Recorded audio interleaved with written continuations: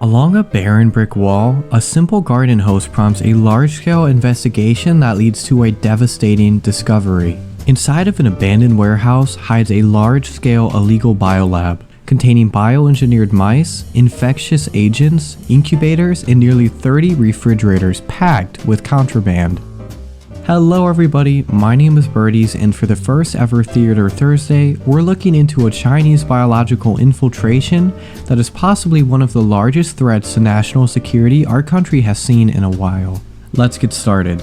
A regular warehouse in Reedley, California slowly veers into suspicion as they make architectural decisions illegally, prompting the city to obtain a search warrant and investigate what seemed like poor documentation. Inside, they found thousands of vials, many of which contained biohazardous materials like human blood and other unknown substances. Thousands of unknown substances. Let that sink in. That's thousands of substances that the CDC could not identify or has yet to identify. The search continued, unveiling over 1,000 lab mice, over 200 of which were dead. Medical equipment lined the walls and vials were unlabeled and random. The warehouse occupants testified that they were simply improving COVID test kits.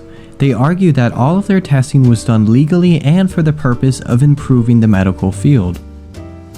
Despite their testimony, COVID was not the only infectious disease hosted there.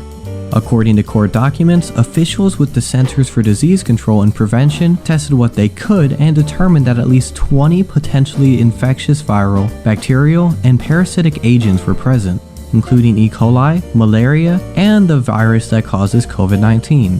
They were hosting some of the most dangerous diseases out there and illegally testing on them. Now don't freak out just yet.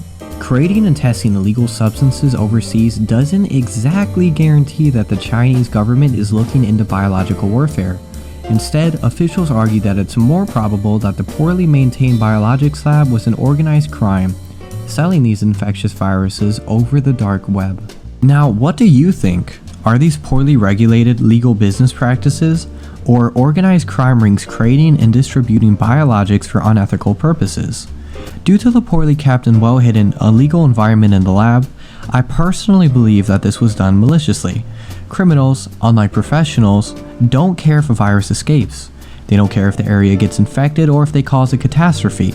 They care about the money behind it. If you agree with me, tell me about your thoughts in the comments section.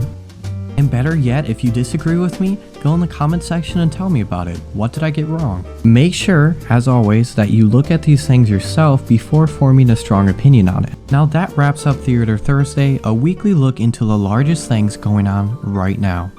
Until next time, bye-bye.